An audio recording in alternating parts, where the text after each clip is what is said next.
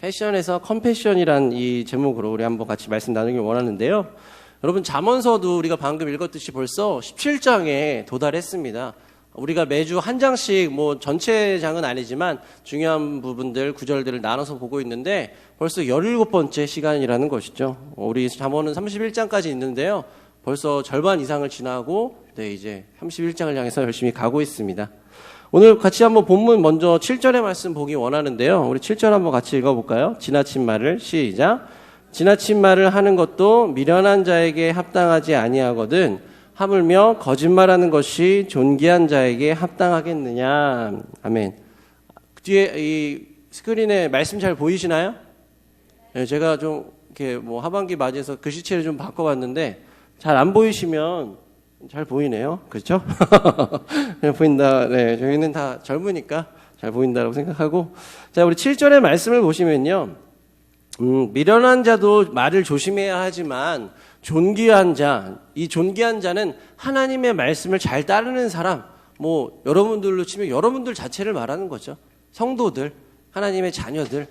이 사람들 역시 말을 조심해야 되고 탐물며 거짓말하는 것은 합당하지 않다라고 말씀하고 있다는 것입니다. 결국 믿는 사람이든 믿지 않는 사람이든 누구나 말은 조심해야 되고 거짓말은 피해야 된다. 우리가 너무 상식적으로도 이해할 수 있는 그런 말씀을 지금 전해주고 있는 것이에요. 그럼 이어지는 8절의 말씀 한번 같이 볼까요? 뇌물은 시작. 뇌물은 그 임자가 보기에 보석 같은즉 그가 어디로 향하든지 형통하게 하느니라. 이 8절을 잘 한번 보시면 잘못 이해하게 되면 뇌물을 주면 어디든지 가서 형통할 수 있다 정도로 해석할 수가 있습니다. 그런데 여기서 그렇게 해석하면 안 되고 여기서 잘 보셔야 되는 구절에 이 단어가 있는데 임자라는 키워드예요. 임자. 여러분, 임자가 뭐예요? 이거 뭐 이렇게 뭐 주순 거 이렇게 딱 여기 내가 임자 하면서 이렇게 하는 그런 거 있잖아요. 임자. 주인이죠. 내 소유, 내 거야, 이거 내 거야. 내가 소유자야. 이런 뜻을 임자라고 우리 하잖아요. 자, 뇌물의 소유자가 임자라는 뜻으로 해석할 수 있는데 이 뇌물은요, 판단을 어렵게 만들고 또 시선을 흐리게 만든다라는 것입니다. 그래서 뇌물을 주면서 그게 아니면 돈의 노예가 되면서 내가 돈 따라가는 게 괜찮은데 뭐 지금 부동산 대책 때문에 막 난리가 났죠. 뭐 월세니 전세니 뭐 반전세니 지금 막 너무 시끄러운데 아무튼 이렇게 막 돈 따라가고 돈에 대해서 막 좌지우지되는 인생들. 그런데 한편으로는 잘 풀릴 수도 있다라는 것이죠. 뭐 여기 지금 말씀처럼 뇌물을 주면 내가 좀 돈을 요즘 뭐 속된 말로 찔러준다라고 하잖아요. 돈을 좀 찔러주면 뭔가 좀 내가 합격할 수 있는 것 같기도 하고 뭐 좀 잘 풀리는 것 같기도 하고 그래서 형통하게 느껴지는데 라고 생각할 수 있다라는 것입니다. 그러나 이 형통한 것 같은데 라는 이 시점 자체가 이 착각에 빠진 사람의 시점을 빗대어서 지금 성경이 설명하는 거예요. 한마디로 솔로몬의 입장에서 이 저자 입장에서 이것을 이야기한 것이 아니라 지금 완전히 흐리멍텅해서 내가 지금 어디로 가고 있는지도 분간하지 못하는 그 사람의 입장을 대변해주고 있다는 것입니다. 그래서 두 글자로 압축하면 이걸 뭐라 그래요? 착각에 빠졌다는 것입니다. 착각에 빠진 사람은 이렇게 사는구나. 착각에 빠진 사람은 나 형통한 것 같은데 라고 생각하게 된다는 것이죠. 우리가 이렇게 돈의 노예가 되거나 어떤 이렇게 물질의 노예가 되면 착각 속을 헤매기가 쉽습니다. 이어지는 9절도 한번 같이 보길 원하는데요. 9절 한번 읽어보겠습니다. 허물을 시작. 허물을 덮어주는 자는 사랑을 구하는 자요. 그것을 거듭 말하는 자는 친한 벗을 이간하는 자니라. 여기서 덮어주다라는 단어의 색깔이 표시되어 있는데요. 카사라는 히브리어예요. 카사라는 이 단어는 아예 잊어버리다. 뭐 영어로 하면 포겟이라고 할까요? 네, 그렇게 좀 말할 수 있겠죠. 아예 잊어버리는 것. 여러분, 용서의 진정한 의미는요, 내가 참아준다, 내가 한번 봐준다, 내가 이해해준다 이런 의미가 아니고요. 진짜 용서의 의미는 아예 잊어버린다라는 뜻입니다. 아예 머릿속에서 지워버린다. 이것이 바로 용서의 의미고 진짜 허물을 덮어주는 사랑의 의미라고 할 수 있는 것이죠. 그런데 우리가 살다 보면, 특별히 또 이렇게 공동체에서 같이 지내다 보면 요즘에 우리 청년들이 많이 왔습니다. 그래서 너무 반갑고 기쁜데 새신자들은 잘 몰라요. 왜냐하면 아직 우리가 관계가 없고 친하지 않기 때문에 이 사람들의 성격이 어떤지 저떤지 잘 모릅니다. 그런데 여기서 오래 생활을 하신 분들일수록, 오랜 기간 연차가 쌓인 우리 청년들일수록 우리 어린 청년들이라던가 아니면 어떤 다른 친한 청년들의 모습을 봤을 때 저거는 내가 좀 고쳐줘야겠는데? 저건 좀 아닌데? 라는 생각이 들면서 가서 이야기를 한다는 것이죠. 그래요. 그럴 수 있습니다. 그러나 여기 지금 말씀이 나와 있죠. 그것을 거듭 말하는 자는 친한 것을 이간하는 자니라라고 되어 있습니다. 이것을 거듭해서 말한다라면요, 아무리 친한 사이라도 이간질하는 결과를 가져온다라는 것입니다.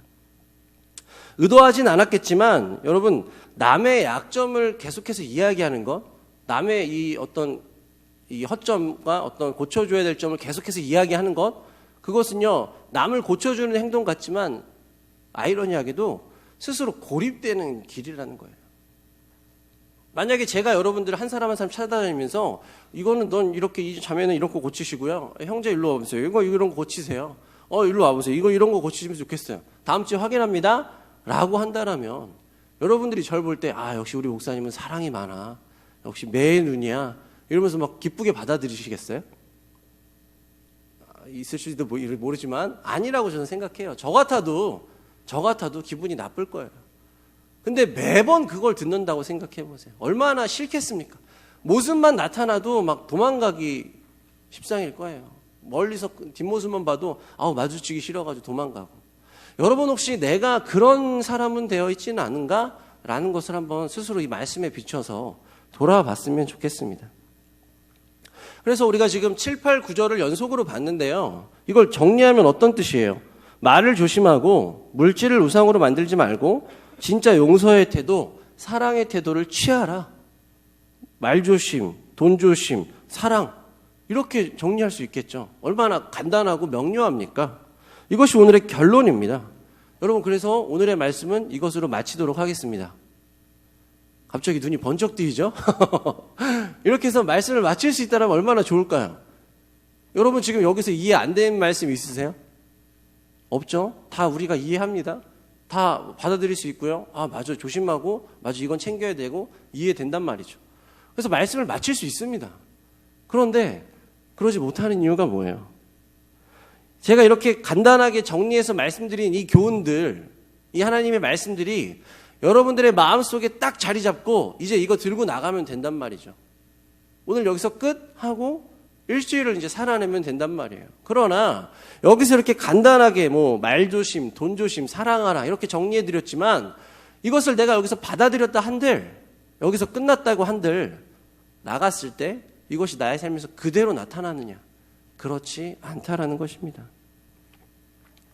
여러분, 우리가 배우긴 배웠어요. 듣긴 들었단 말이죠. 그런데 아무리 배우고 듣고 보았어도 그것이 나의 말씀이 나의 삶으로 다가오지 않는다라면 우리가 여기서 5분을 말씀 듣건 1시간을 말씀을 듣건 무슨 차이가 있겠습니까?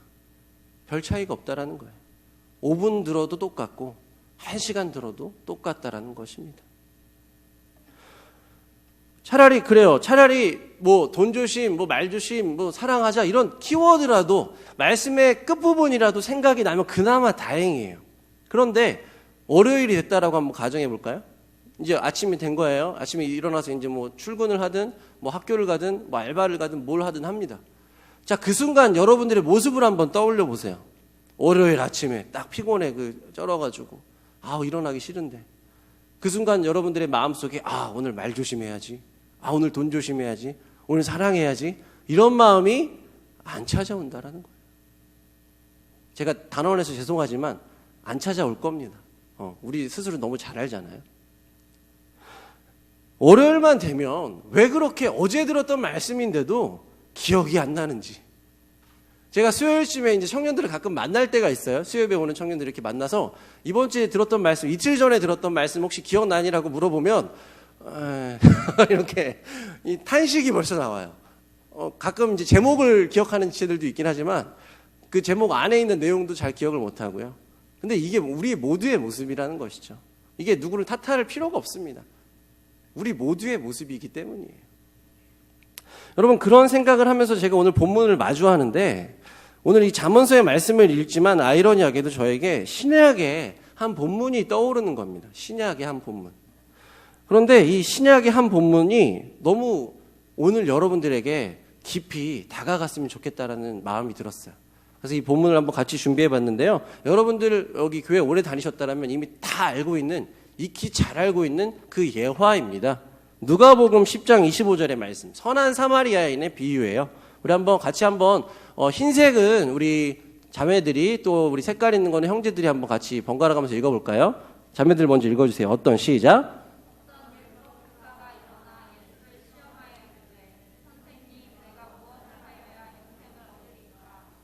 예수께서 이르시되 율법에 무엇이라 기록되었으며 내가 어떻게 읽느냐?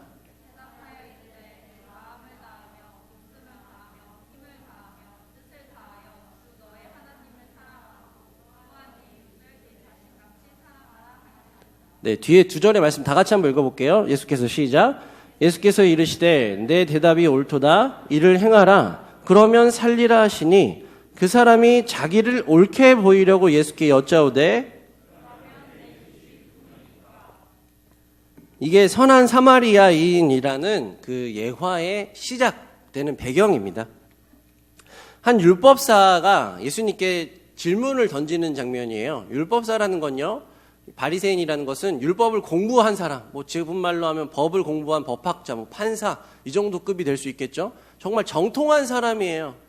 말씀에 대해서, 이 구약의 율법에 대해서 너무너무 잘하는 사람입니다. 자, 이 사람은 예수님을 시험하려고 이 질문을 던졌다 그랬어요. 예수님이 어떻게 대답하든지 내가 아는 것이 있기 때문에 이것을 내가 이렇게 반박해봐야지, 이런 마음이 좀 있었던 것 같아요. 자, 그러면서 예수님이 그럼 말씀에 뭐라고 나와 있는데? 라고 반문을 하시니까 본인이 멋있게 대답합니다. 아, 예, 예수님, 최고의 율법은 하나님 사랑, 이웃 사랑입니다. 라고 말이죠. 예수님도 그게 맞다, 그렇게 해라. 라고 하니까 이 사람이 또 반문하는 거예요. 예수님, 그러면 내 이웃은 누구입니까? 라고 딱 멋들어지게 아마 얘기했을 거예요. 건들거리면서. 모든 사람이 다 볼 수 있게끔 그렇게 질문했을 것입니다. 여러분에게도 한번 이 같은 질문을 똑같이 드려보고 싶은데요. 여러분들의 이웃은 누구입니까? 우리가 진정으로 사랑해야 될 이웃, 지체들은 누구일까요?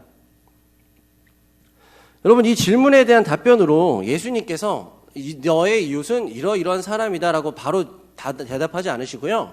그 뒤에 이 선한 사마리아인의 이야기를 들려주시는 거예요. 제가 이것을 여러분들께 말로 설명할 수 있습니다. 뭐 선한 사마리아인이 있었고 뭐 누가 있었고 이렇게 얘기할 수 있지만, 아까 잠깐 말씀드렸죠. 우리 지금 청년부에 새로운 지체들, 특별히 교회를 처음 나오는 지체들이 적지 않습니다. 그래서 제가 이 지체들을 위해서, 우리가 또 사랑하는 마음으로 이 지체들을 위해서 제가 간단한 연극을 좀 준비해 봤어요. 청년부에서 연극이라니, 세상에. 그러나 놀랍게도 제가 하는 게 아닙니다. 이 배우들을 제가 멀리서 섭외해 왔어요, 여러분. 대배우들을 멋있게 섭외해 왔는데, 이 연극을 한번 보시면 새로 나오신 분들도 아, 이게 선한 사마리아인 이야기구나 라고 단번에 이해가 되실 것 같습니다. 그래서 우리 같이 연극을 볼 텐데요. 우리 대배우님들께서 연기를 해주실 텐데 어설플 수 있습니다. 그러나 여러분 사랑하는 마음으로 더 이렇게 같이 좀 더 적극적으로 호응도 해주시고 같이 좀 집중해서 봐주시면 좋을 것 같습니다. 우리 같이 선한 사마리아인 같이 보기를 원하는데요. 우리 음악을 틀어야 되거든요. 그래서 여러분들이 사인을 주시면 좋겠어요. 뮤직 큐라는 아주 옛날 그 단어, 그거 같이 외쳐주시면 우리 음악이 나오면서 우리 연극을 보도록 하겠습니다. 하나, 둘, 셋 하면 뮤직 큐를 외쳐주세요. 하나, 둘, 셋. 이러면 할 수가 없어요. 여러분 도와주세요. 여러분들은 앉아서 보기만 하면 되지만 우리 연기하는 지체들은 얼마나 힘들겠어요. 여러분 도와주셔야 합니다. 같이 더 크게, 더 힘을 실어주세요. 뮤직 큐를 외쳐주세요. 하나, 둘, 셋. 평범했던 어느 날, 한 사람은 예루살렘에서 여리고로 내려가고 있었습니다. 이 내려갔다라는 말을 쓸 수 있을 정도로 여리고는 낮은 지대에 위치하고 있었습니다. 이 길은 비탈지고 바위가 많고 황량해서 많은 강도들이 나타난다는 소문이 있었는데, 아플싸 이 사람도 강도를 만나고 말았습니다. 음악 바꿔주세요. 음악을 바꿔주십니다. 네. 한 사람은 다급하게 도망갈 곳을 찾았습니다. 그러나 결국 막다른 골목에 이르렀습니다. 아무리 도움을 요청해도 이곳은 황무지였고 그는 강도들의 폭행에 의해 옷이 찢겨지고 신발이 벗겨지고 결국 반죽음이 되어 길거리에 버려지고 말았습니다. 아, 불쌍한 한 사람. 이 사람을 도울 사람은 누가 없을까요? 이때 마침 제사장이 등장합니다. 나는 하나님을 제사드리는 제사잖아. 그 누구도 나를 이 순결한 나를 더럽힐 수 없지. 제사장은 레위기의 말씀처럼 시체에 가까이 가면 안 되는 율법을 알고 있었습니다. 그러나 마음만 먹으면 일주일 정도는 정결법을 지키며 다시 회복할 수 있었죠. 그러나 이 제사장은 정결을 핑계로 쓰러져 있는 사람을 무시하고 지나가 버리고 말았습니다. 이때 레위인이 등장합니다. 바쁘다. 제사장님 어디로 가신 거지? 이 레위인은 제사장을 섬기면서 성막을 위해 일하도록 구별된 사람이었습니다. 이 레위인도 성전을 관리하면서 이웃사랑에 대한 율법을 알았을 것입니다. 그러나 이 레위인 역시 부정하게 되는 것을 꺼려하며 쓰러진 사람을 고의적으로 피해갔습니다. 이 사람을 도와줄 사람이 아무도 없을까요? 마침 이때 사마리아 사람이 이 길을 지나갔습니다.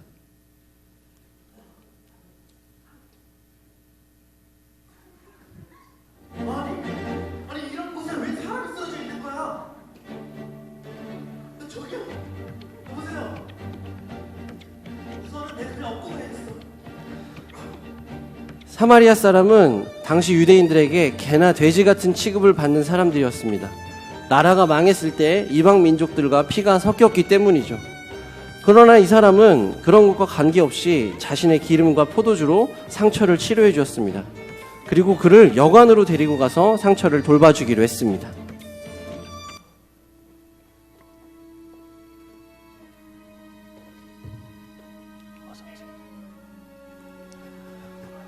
안녕하세요. 프라우스 여관입니다. 안녕하세요. 저 다름 아니라 네네. 제가 2데나리온을 드릴 테니까 네. 다시 올 때까지 이 사람을 좀 살펴주세요. 예, 알겠습니다. 제가 잘 보살피고 있겠습니다. 당시 한 데나리온은 노동자 하루 품삯이었고 2데나리온 정도면 보름은 머물 수 있는 금액이었습니다. 이 사마리아인은 자신의 시간과 물질을 아끼지 않고 이 사람을 위해서 아낌없이 베풀었습니다. 그럴 수 있었던 것은 말씀을 따라 긍휼히 여기는 마음이 있었기 때문입니다. 네, 그만 치료하시고요. 자, 우리 배우들 잠깐만 나와주셔서 우리 잠깐만 같이 우리 고생하고 청년들을 위해서 다 같이 한 박수 한번 쳐주세요. 네. 그렇게 벗기지 말라 그랬더니 맨발까지 만들어놨어요. 감사합니다. 우리 청년들 잠깐 인사할 때 우리 수고했다고 감사하다고 박수 한번 쳐주세요. 차렷 경례. 감사합니다. 네, 바로 이게 여러분 잘 보셨다시피 이 선한 사마리아인의 이야기입니다. 네, 감사합니다. 여러분, 이 선한 사마리아인의 비유가 나오기 전에 율법사가 예수님께 했던 질문이 뭐라 그랬어요? 누가복음 10장 29절에 그 사람이 자기를 옳게 보이려고 예수께 여짜오되 그러면 여러분들 읽어보세요. 그러면 내 이웃이 누구입니까? 라고 예수님께 물었을 때 예수님께서 이 사마리아인의 비유를 들려주셨단 말이죠. 여러분, 이 질문에 대해서 예수님께서 이 이야기를 쭉 들려주시고 나서 마지막에 율법사에게 다시 묻습니다. 뭐라고 하시냐면 누가복음 10장 36절부터 37절입니다. 너의 생각에는 이 세 사람 중에 누가 강도 만난 자의 이웃이 되겠느냐? 이르되 자비를 베푼 자니이다. 예수께서 이르시되 가서 너도 이와 같이 하라 하시니라. 율법사는 분명히 누가 나의 이웃입니까? 라고 물었단 말이죠. 그런데 예수님께서는 너는 누구의 이웃이 될 수 있느냐? 라고 시선을 바꿔주십니다. 다시 말하자면 이 율법사는요, 자기중심적으로 생각을 하고 자기중심적으로 판단을 합니다. 아까 우리 잠깐 그 잠언의 말씀을 빗대어서 설명하자면, 내가 저 지체의 이 말투를 바꿔줘야지. 아, 저 지체는 너무 돈 따라가는 인생 같은데 내가 가서 좀 고쳐줘야지. 아, 저 사람은 너무 사랑이 없는데 내가 가서 좀 사랑이 이런 거라고 알려줘야겠다. 라고 내 관점으로 생각한단 말이죠. 나의 관점, 자기중심적. 그런데 예수님께서는 이 관점 자체를 바꿔주시는 거예요. 그러는 너는, 그렇게 얘기하는 너는 네가 과연 누구의 이웃이 될 수 있겠니? 라고 물어보신다라는 것입니다. 앞에 잠언의 말씀을 잠깐 다시 기억해 보시면요, 말을 조심하고 돈을 조심하고 용서하고 사랑하라, 이런 결론이라고 말씀드렸어요. 여러분, 이것은요, 우리가 방금 전에 읽었던 이 잠언의 말씀은 구약의 말씀이거든요. 구약의 말씀이라고요. 그러니까 지금 이 신약에서 예시로 등장한 제사장이든 레위인이든 이 잠언의 말씀, 구약의 말씀을 분명히 알고 있었을 것입니다. 알고 있었다고요. 들었고요, 배웠고요, 익혔습니다. 그래서 알고 있었습니다. 그러나 그 율법을 알고 있었음에도 불구하고 그들이 이런 사마리아인의 이런 강도당한 한 사람의 이런 상황을 마주했을 때 이 마음에서 부딪힘이 있었다라는 거예요. 무슨 부딪힘이에요? 상황과 말씀에 대한 부딪힘입니다. 상황은 뭐예요? 내가 이 사람을 도와줘야 되고, 하는 건 알겠는데, 내가 이 사람을 도와주면 나는 정결법 때문에 다시 저기 성박으로 넘어가야 되고, 거기서 일주일 동안 정결을 또 지켜야 되고, 겨우겨우 회복을 할 수 있어야 되는 그런 상황으로 눈에 보였다라는 것이죠. 근데 말씀은 뭐라고 하고 있어요? 도와줘라, 사랑해라, 서로 사랑해라, 이웃을 내 몸같이 사랑해라 라고 알고 있었단 말이죠. 그러나 이 상황 자체가, 나를 둘러싸고 있는 상황 자체가 이 말씀을 눌러버린 것입니다. 이것을 우리의 비유로 하면 어떤 일이 있을 수 있을까요? 여러 가지 일이 있을 수 있어요. 내가 친구들과 중요한 약속이 있습니다. 근데 하필이면 공교롭게도 주일날이 걸린 거예요. 이 약속은 몇 날 며칠 전부터, 몇 주 전부터 약속한 것이기 때문에 빠질 수 없는 약속이라고 스스로 생각합니다. 상황이죠. 근데 말씀은 뭐예요? 안식일, 주일을 거룩하게 지켜라 라는 말씀이 있단 말이죠. 이 상황과 말씀이 상충하는 순간에 우리 마음속에서 우리가 하나님의 법에 사로잡혀 있지 않으면 우리는 상황이 이 말씀을 이겨버린다, 상황이 말씀을 삼켜버린다 라는 것을 우리 스스로 많이 경험하셨을 것입니다. 왜 이런 일이 발생하는 거예요? 말씀은 알긴 알고 율법은 알긴 알지만 이것이 삶으로 연결되지 않았기 때문입니다. 아는 데서만 멈춰 있고요, 사는 것으로 나타나지 않았습니다. 어제 리더들과 함께 이 셀 리더 순장 목자 도움서라는 책을 같이 나눴어요. 요즘에 리더들이 읽고 있는 책인데요, 여러분들에게 그 한 구절을 잠깐 소개해드리고 싶습니다. 이 책에서 이런 얘기가 나와요. 성경적인 신앙생활은 성경 말씀을 아는 것에서 출발하여 그렇게 사는 것이 되어야 한다. 만일 아는 것에 머문다면 성경은 판단하고 정죄하는 데 이용될 뿐이다. 여러분, 결국 이 제사장도 레위인도 이것에 넘어진 거예요. 율법을 알고 말씀을 알긴 알지만 그것이 자신의 모습을 바꿔주진 못했습니다. 오히려 그것을 알고 있기 때문에 아까 그 잠언의 말씀처럼 남을 찌르고 남을 정죄하고 남을 판단하는 칼이 돼버린 거예요. 나도 모르게. 말씀을 알면 알수록, 이 성경을 아는 지식이 늘어나면 늘어날수록 내가 아는 것이 많아지기 때문에 남을 바라보는 시선 역시 이 잣대로 바라보게 됩니다. 그러니까 어떻게 돼요? 너 왜 이거 못하니? 너는 왜 이거 배웠는데 왜 그걸 못하고 있니? 너 이 정도는 당연한 거 아니니? 라고 정죄한다고. 그것이 가서 말하든 아니면 내 마음속에 있던 그런 현상이 나타날 수 있습니다. 그럼 어떻게 해야 될까요? 어떻게 해야 이 말씀이 아는 것에서 사는 데까지 나올 수 있을까요? 여러분, 이렇게 우리가 말씀을 지금 듣고 있고요, 기도 열심히 하고 있고요, 또 오늘 오전에 이렇게 열심히 교사로서 섬기시고 찬양팀으로 섬기시고 하신 분들 계실 거예요. 모두가 다 열심과 열정이 있어야 합니다. 그래서 오늘의 제목 처음에 뭐였어요? 패션이잖아요. 패션.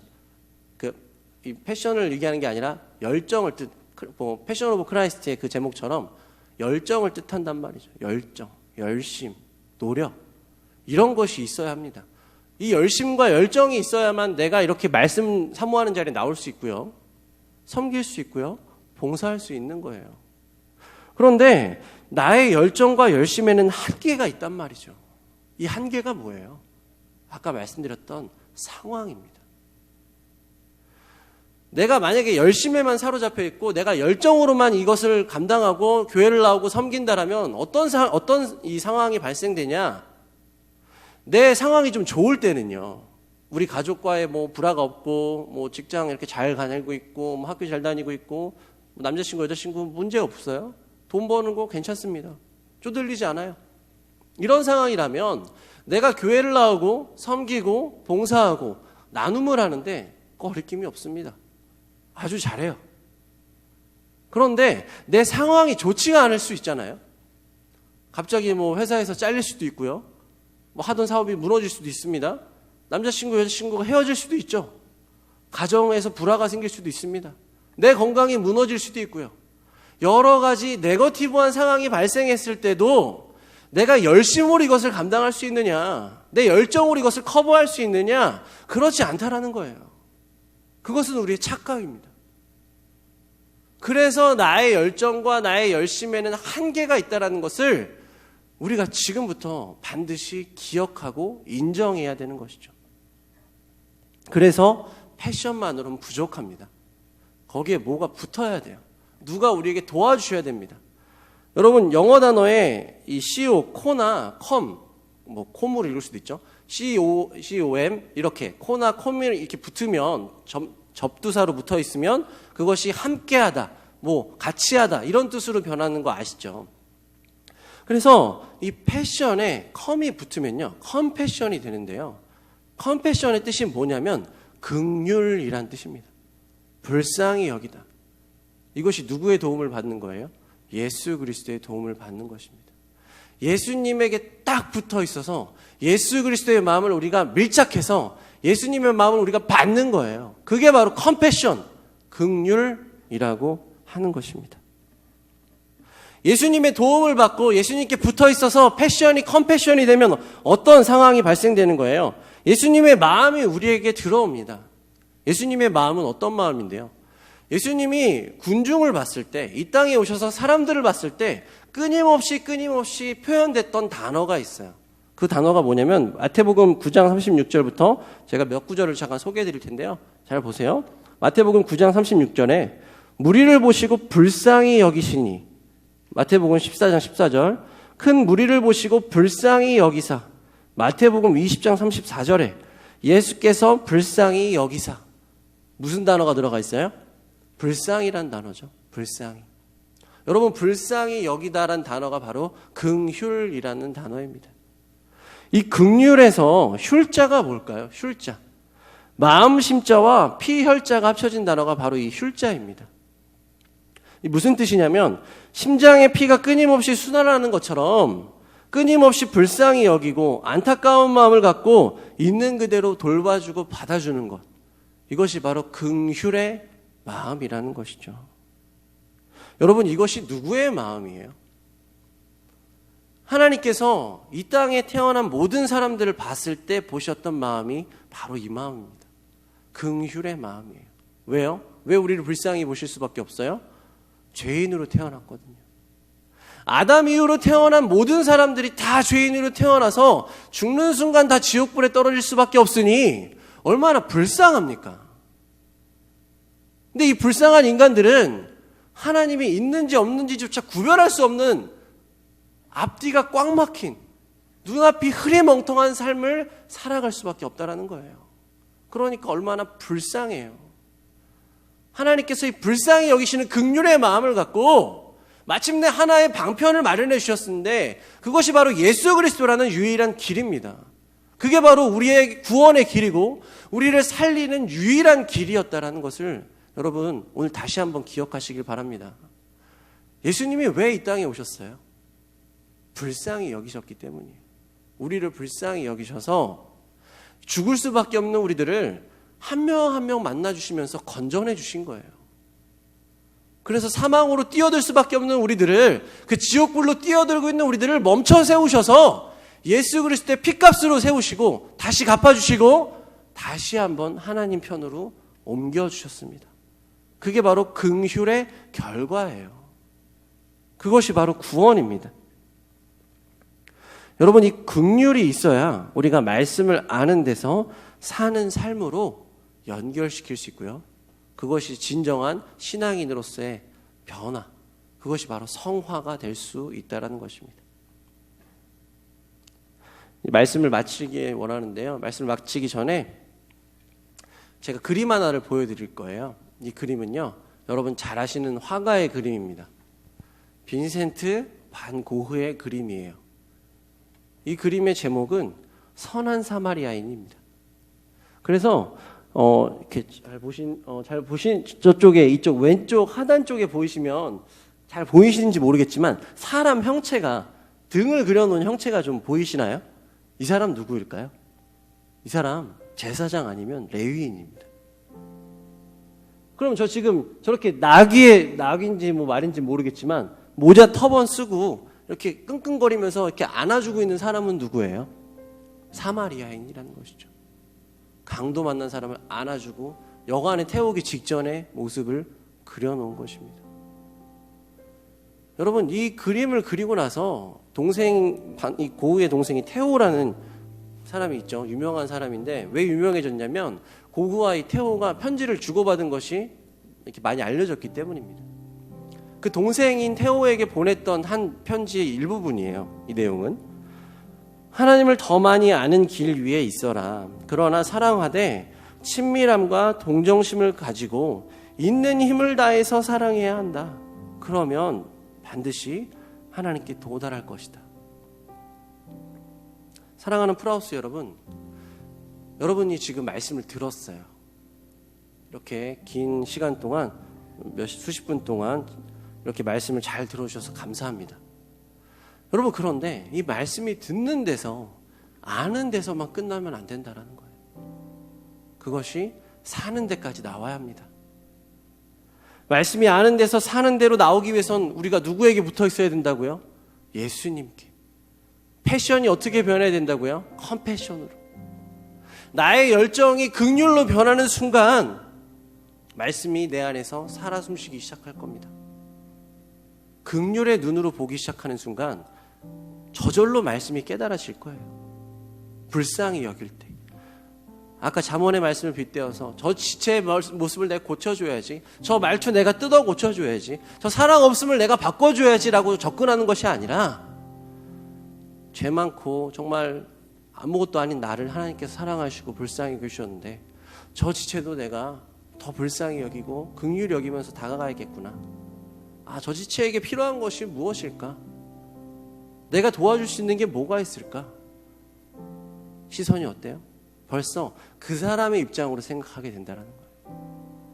내 시선으로 판단하고 내 시선으로 정지하는 것이 아니라 그 사람의 입장에서 고려하게 됩니다.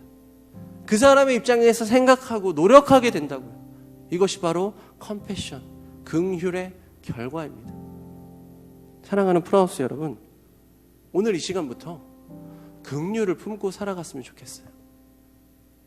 우리가 하나님께 기도할 때 먼저 기도해야 될 기도 제목, 하나님, 나를 불쌍히 여겨주세요. 우리 같이 한번 따라해 볼까요? 하나님, 더 큰 목소리로, 하나님, 나를 불쌍히 여겨주세요. 여러분, 이것이 그냥 입으로만 고백하는 허투른 고백이 아니라 정말 마음속에서, 심정에서 우러나오는 진정한 고백이 되었으면 좋겠습니다. 여러분, 한 사람 한 사람 다 자격이 없어요. 여러분, 한 사람 한 사람 다 이곳에 앉아서 있을 자격이 없다고요. 그러나 하나님께서 여러분들을 건져주시고 불러주시고 선택하여 주셔서 이 자리에 있습니다. 얼마나 감사합니까? 이것이 하나님이 우리를 불쌍히 여겨주신 결과라는 것을 기억하시며 여러분들의 삶으로 이 긍휼함을 들고 나가시길 바랍니다. 오늘 하루부터 지금 이 순간부터 극률함으로 살아내는 우리 프라우스 청년부가 되길 주님의 이름으로 축복합니다.